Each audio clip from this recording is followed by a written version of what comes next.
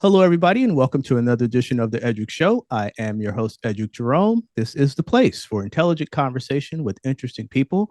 Go ahead and hit that subscribe button, ring that notification bell, and you'll get notified when I post content each and every week. My guest today is Jade Stevens. She is the board president of 40 Acre Conservation League in Northern California.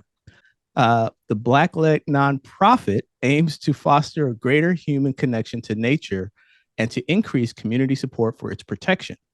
Jade is an experienced marketing specialist, professional in both the public and private sectors.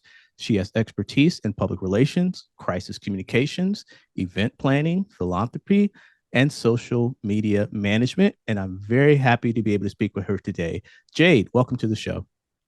Thank you for having me. I'm excited to have this conversation. It's a much needed conversation. So let's get into it. First of all, tell me about 40 Acre Conservation League. Why was it created? What are some of the goals and what is your mission? You gave a great intro. The 40 Acre Conservation League is one of the first Black-led nonprofit land conservancies in California. And we were formed with the goal of fostering the greater human connections that we know exist when it comes to nature so that we can increase that community support for its protection, but also just the enjoyment of the outdoors. Our vision and mission is really centered where we can achieve an outdoor that is welcoming for everyone. And the way that the 40 Acre Conservation League does that is really centered around three pillars. And I like to think of it in a way where to achieve that mission, one is we're really focused on finding ways to maximize exposure to nature and eliminating land use practices that don't necessarily benefit us. And that's environmental justice for us. The second is maximizing participation in the outdoor recreation. So really going to places that are inclusive, safe, and accommodating. And that's recreational justice. And finally, we know that the conservation industry, the outdoor industry, if we want to be real, is a big business, but we don't see people of color benefiting economically the way that they should as others do. And that is really economic justice. And that's what really guide us, those three pillars: environmental justice, recreational justice, and economic justice. It's interesting you mentioned the numbers of African American participation because the most recent census survey found that less than 3% of foresters and conservation scientists identify as African American. What steps are you taking to try to maybe increase participation in addition to your group? And why do you think it's been so low? Yeah, I mean, when we saw those numbers, we were quite surprised that the number was low, but also not at the same time. And so I think the reality is being a forester, working in this industry, there are quite a few licenses, credentials, and training that you need to be qualified to work on larger projects. And so being aware of what is expected when working on those projects is, I think, one huge barrier. But I think the way that 40 Acre Conservation League addresses that is finding ways to bring on more foresters that are qualified and are people of color to work with us on projects. I know we're going to talk about the land that we have now in Immigrant Gap, but because you asked me, we've definitely had conversations with Black foresters who are extremely qualified. One guy that works with us on our current property has done work in Alaska, and he's been out there doing the work. And so we really do the due diligence to find as many entrepreneurs of color in this space that we can help, not help, but bring along with us on our project so that we can increase that number, year over year. Before we take a deeper dive into your land acquisition, which is very exciting, very interesting, and I really want to get into that. Can you just speak to the natural beauty of open land in Northern California and why it should be protected for future generations? Yeah, I mean, California as a state is beautiful, but when we're talking about Northern California, well, let me back up. California really is beautiful in the sense of it has the most state and national parks in the country. And 100 of those state parks are based in Northern California. So for me, someone who's an outdoor enthusiast that rides my bikes, goes on hikes, that camps, there's really something for anyone to enjoy when we're talking about the unique landscape in Northern California, from going for a great hike, just taking in the view, or even visiting some of the natural national parks that are in the area. There's just so much when it comes to history and views. Some of the parks that are probably most familiar to many is Yosemite National Park, which is home to the largest and oldest trees in the world. It's certainly popular on social media.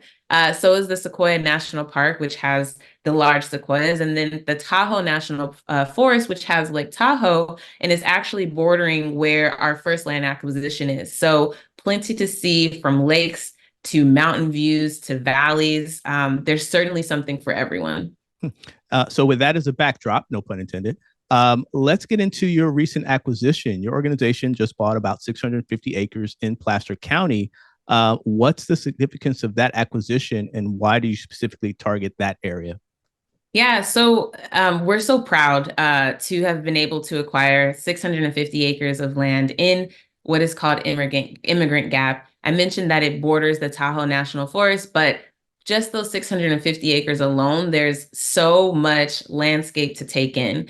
There's forest, right? So when you think about forests, people imagine these large, humongous trees, and they have trees that are, wide and as tall as can be. And so when we were exploring this, we saw old growth, new trees, and they're all extremely close to each other. And so that was like the first thing that we realized, that we'd have to bring on a team to make sure that we are doing our due diligence to maintain the forest health and restore it.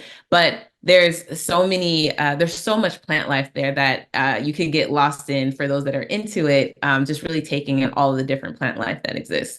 In terms of, animals, there's certainly a couple of mountain lions. I'm sure I saw a few bears out there, but the most interesting thing that I saw was the unbelievable amount of bees and butterflies that are out there. Some of those are actually endangered, and we're looking into those certain species in ways that we can not only conserve the land, but also create a habitat that protects these pollinators that play such a huge part in the maintenance of our food and everything else that goes into that. And then if you can imagine, there's, hundreds, maybe even thousands of miles of land that can be turned into trails for hiking. But for those of you that are into, ATVing or any of those, off the highway vehicles, there's certainly an opportunity to do that. And then finally, we have a 30-acre lake, which is Lake Putt for those of you that are familiar with the area, and it's visible from the freeway. So as you are driving from Sacramento, I should mention this land is about an hour from Sacramento. If you're taking the 80 freeway, you can literally see the land as you're driving by, and the first thing you'll see is Lake Putt, which is 30 acres of water, and we're looking into ways that we can restore recreation in that area by bringing people to hang out, whether it's through a nature center or a lodge, or even fishing at some point. And so the last part of your question is, how did we choose this piece of land? My board and I, we've had all conversations around, one, how can we maintain and conserve the land, but how can we make it more accessible to people of color and really just communities in general? And so the way that we pinpoint areas that we want to access or to go after when it comes to parcels of land is we really want to choose locations that are within 150 miles of an urban city or an urban setting. So, thinking about major cities like Sacramento, but that could also broaden us out to Bay Area, San Jose, Los Angeles, San Diego, because we think of this as, someone who's, kind of on the fence about enjoying the outdoors. They're more likely to go somewhere where, you can think of it as like a weekend trip or just like a quick day trip, right? And so 100 miles from a major city kind of ensures that you can get there within, 2 to 3 hours and stay if you want, or go back home after a good day outside. We often think of, economic benefits to things like land, but there are some actual health benefits and just, I guess you would say, good vibes about being out in the Definitely. wilderness. As someone who's an outdoor enthusiast, maybe you can speak to some of that aspect of being outdoors and encompassing nature. Sure. I mean, there's plenty of studies and reports that, really credit going outside to restoring and really maintaining your mental health. Being in a place where you're around nature, being able to kind of get away from the hustle and bustle of, a loud day in the city, it's really peaceful. And that really speaks to your mental health. I know there are other reports that have really shown, having access to, cleaner air, being around just a more, I'd say like, what's the word? Not as noisy, like a noise pollutant. It really helps you seek a sense of clarity. And for me, as a cyclist, someone that is often doing, anywhere from 30 to 70 miles in a ride, that's about 3 to 4 hours where I'm outside riding along coastlines, riding through, trails like Immigrant Gap. And it certainly has helped me physically and mentally when it comes to just enjoying the views. There's a long history of African Americans in Placer County. It's not widely known, and other mining regions around California. And I encourage folks to go back and read a lot of the Alta California editorials. I mean, there's a deep, rich history of African Americans in the Gold Rush era, and actually led to some of the conversations around why this state was a free state and not a slave state. That's a whole nother story. But given that there is that historical presence of African Americans in Placer County, how is your organization reflecting that history? And what are you doing to protect the legacy of the African American mining community? Yeah, so it's interesting you bring that up. The land in Immigrant Gap has quite a few historical connections to the state of California. And the short answer really is, in addition to conserving and maintaining the land, we are very focused on programming that can educate not only communities of color who are not as comfortable with enjoying the outdoors, but really showing how Black history, different stories all played a part into what created California today. And so as we continue to plan out the recreational uses of not just this land, but future land, we will definitely be incorporating educational tours, ways for us to share like what is on the property. An interesting thing that we found out is that before we were, I don't want to say directly after, but before we owned the land, it was actually owned by the Central Pacific Railroad, which was given to them by the federal government. And the Central Pacific Railroad was part of completing that first transcontinental railroad. And that rail line still runs through our site today. And so, what that means is when you think about the Central Pacific Coastline and Central Pacific Rail Line, thinking about how they've been able to, maintain this generational wealth through this business, through the railroad company. It's quite interesting to see now that we own the land following that. And just those historical points, I think, not only makes us proud, but also, again, shows how we are a part of history and how we are moving it forward to be more inclusive. I have a question about your team, but before I get to that, I did notice a program you have called Loyal to the Soil. Maybe you can speak to that a little bit. What is that about? Yeah, so that was the theme for our Black Conservation Week that we did in 2023. And that week was really dedicated to really showing and spotlighting the importance of understanding how the Black community is a part of the conservation space. And so we spent time talking to our legislators and advocates to really talk about how policies that need to be put in place to increase the opportunities for organizations like 40 Acre Conservation League, right? We don't want to be the only Black-led land conservancy in the space looking to go out and, acquire land to maintain land. And so Loyal to the Soil is really an essence of, one, reminding us as Black people that we've always been a part of the outdoors. I have land in my family in the South, right? I found out that my great-great-grandparents still own land in Shreveport, Louisiana, and they've passed it down to us. There's certainly a lot of figures in California, Black figures that own land. And there's even a growing homestead movement where Black families are thinking about how can we really live off the land and really maintain it for ourselves, right? And so all of these different conversations that are happening didn't start with us. These are things that have been going on for forever, for years. And so we really wanted to bring that conversation to Sacramento during Black Conservation Week to help them understand that we do have a voice and there's a place for us when we're talking about the state's goals, which we didn't really get into, but their 30 by 30 initiative, which is to protect 30% of the state's land and waterways by 2030. It's important for when we put these goals in place, it's important for them to understand what that means for each community and really finding ways to connect with us in a way that matters. And so Loyal to the Soil is really a way, is our take with helping our legislators and really anyone that is in the conservation space understand how we play a part in that as well. You have a very passionate team around you, a team of talented and just excellent folks.